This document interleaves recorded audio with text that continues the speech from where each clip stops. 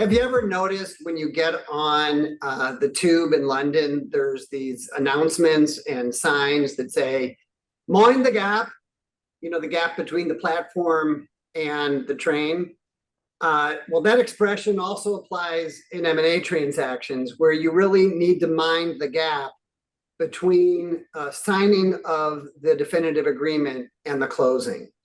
And that period of time doesn't exist in every deal. Many deals are actually effective immediately upon signing.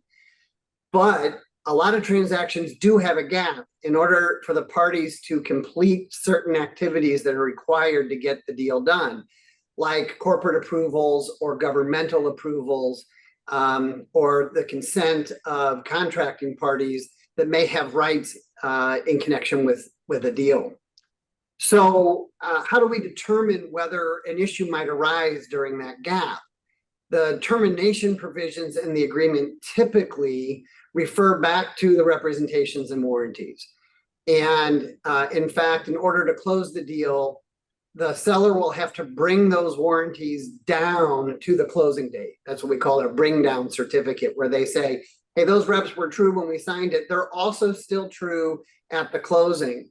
And if the seller is not able to make that bring down certification because something changed and the reps are no longer true, it gives the buyer the right to either renegotiate the terms of the deal, to close over the problem because they decide it's not material enough to bother them, or to walk away.